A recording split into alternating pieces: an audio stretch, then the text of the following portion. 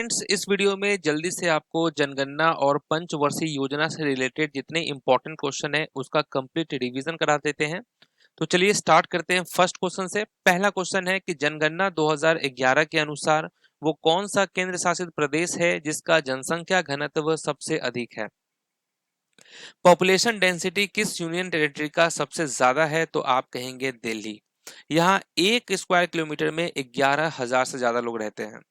Next है, भारत की जनगणना 2011 के अनुसार वो कौन सा ऐसा राज्य है जिसकी जनसंख्या सबसे कम है।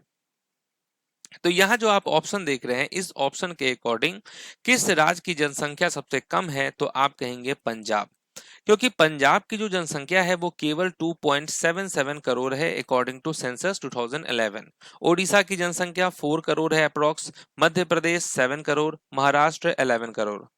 जनगणना 2011 के अनुसार भारत का कौन सा राज्य या केंद्र शासित प्रदेश अनुसूचित जनजाति से रहित है। ठीक है, मतलब कि यहाँ पर कोई भी शेड्यूल ट्राइब्स नहीं है, तो आप कहेंगे पुडुचेरी। राइट आंसर पुडुचेरी होगा। भारत की जनगणना 2011 के अनुसार भारत का सबसे अधिक शहरीकृत राज्य कौन सा है। Which is the most urbanised state of India. तो राइट आंसर क्या होगा, गोवा होने वाला है करेक्ट आंसर। गोवा जो है वो सबसे अधिक अर्बनाइज्ड है। भारत की जनगणना 2011 के अनुसार किस राज्य में दूसरा सबसे अधिक जनसंख्या घनत्व दर्ज किया गया।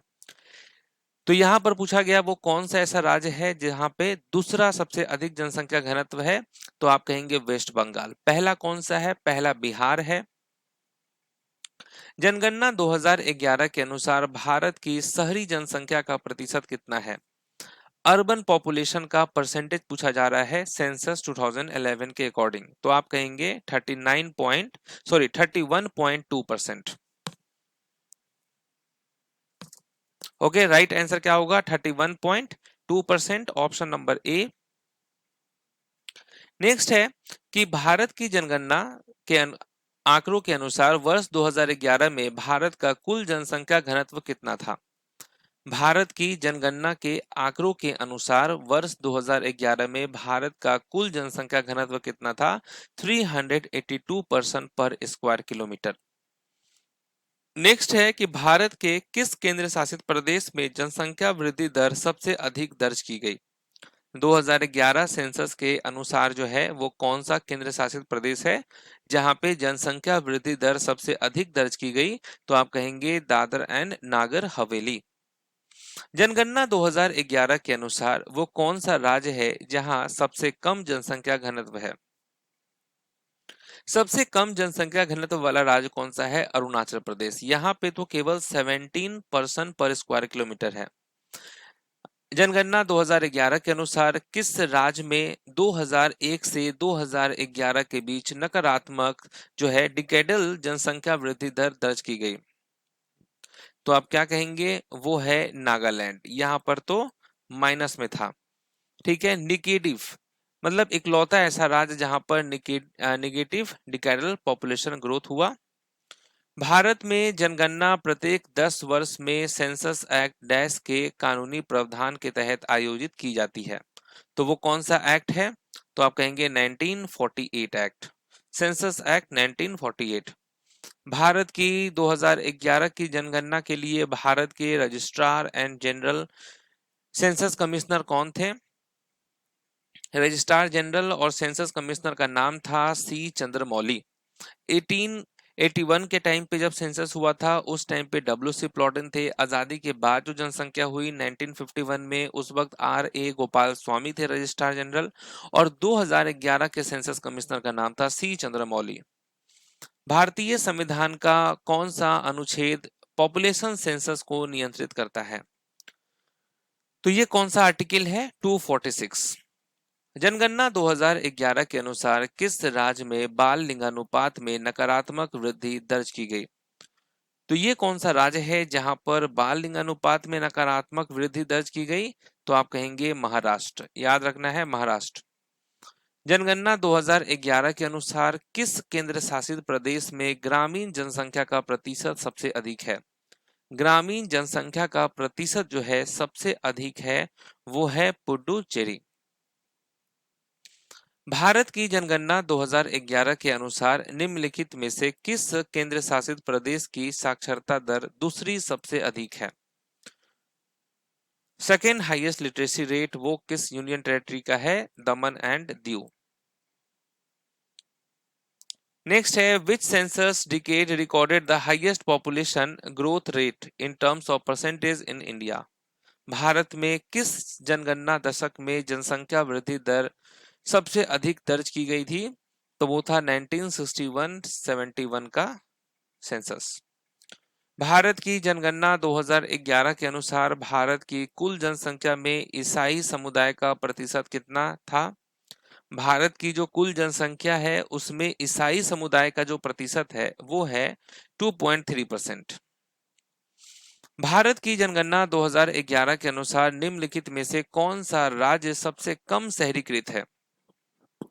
लिस्ट अर्बनाइज्ड, ये कौन सा है? हिमाचल प्रदेश।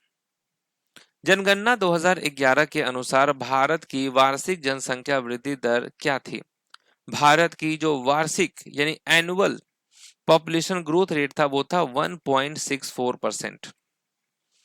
जनगणना 2011 के अनुसार भारत में महिला साक्षरता दर क्या है? महिला साक्षरता दर कितना है? 65.46%। नेक्स्ट क्वेश्चन है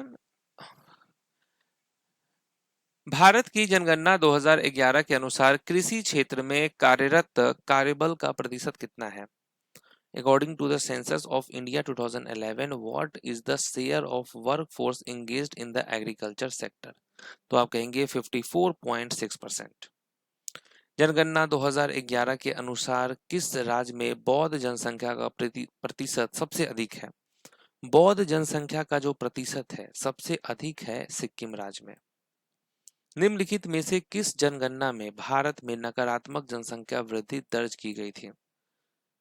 तो वो कौन सा जनगणना था जिसमें भारत में नकारात्मक जनसंख्या वृद्धि दर्ज की गई थी? 1921। नेक्स्ट है भारत में निम्नलिखित में से किस जनगणना दशक में सर्वाधिक अशोषित मृत्यु दर यानी क्रूड डेथ रेट दर्ज की गई थी? Which of the following census decades in India recorded the highest crude death rate? तो वो था आपका 1911 to 1921। भारत की जनगणना 2011 के अनुसार भारत के किस केंद्र शासित प्रदेश की साक्षरता दर सबसे अधिक है? वो है आपका लक्षद्वीप। नेक्स्ट है जनगणना 2011 के अनुसार भारत में अनुसूचित जनजाति की सबसे अधिक जनसंख्या किस राज्य में है? यह है आपका मध्य प्रदेश। नेक्स्ट है what was the main objective of the first 5 year plan? प्रथम पंचवर्षीय योजना का मुख्य उद्देश्य क्या था? Agricultural development.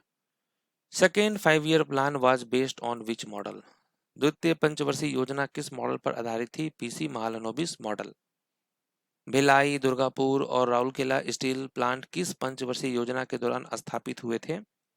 तो ये सभी सेकेंड 5 ईयर प्लान के टाइम पे स्थापित हुआ था।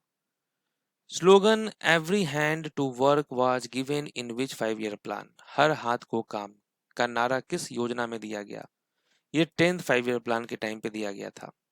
पंचवर्षीय योजना में भारत अनिवार्य योजना से सांकेतिक योजना की ओर स्थानांतरित हुआ। किस पंचवर्षीय योजना में भारत जो है इंपेरेटिव प्लानिंग से इंडिकेटिव प्लानिंग की तरफ शिफ्ट हुआ? तो आप कहेंगे 8th 5 ईयर प्लान। भारत में योजना अवकाश यानी प्लान हॉलीडे की अवधि क्या थी?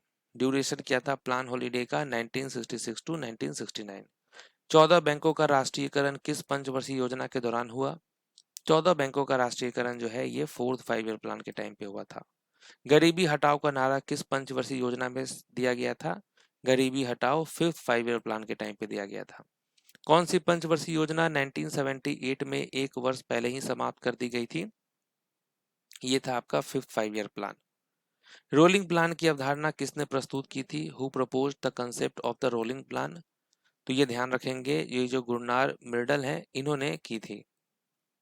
नाबार्ड की स्थापना किस पंचवर्षीय योजना के दौरान हुई?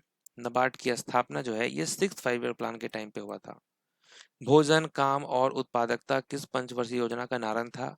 Food, work and productivity was the slogan of which 5 year plan? तो आप कहेंगे 7th 5 ईयर प्लान। सेबी की स्थापना किस योजना काल में हुई थी? सेबी की स्थापना जो है ये आपका 7th 5 ईयर प्लान के टाइम पे हुआ था। भारत डब्ल्यूटीओ का सदस्य किस पंचवर्षीय योजना के दौरान बना? भारत जो है डब्ल्यूटीओ का सदस्य 8th 5 ईयर प्लान के टाइम पे बना था। नेक्स्ट है growth with social justice and equity was the main objective of which 5 year plan? तो ये था आपका 9th 5 ईयर प्लान। योजना आयोग के अंतिम उपाध्यक्ष कौन थे? Last vice chairman of the planning commission Montek Singh Ahluwalia.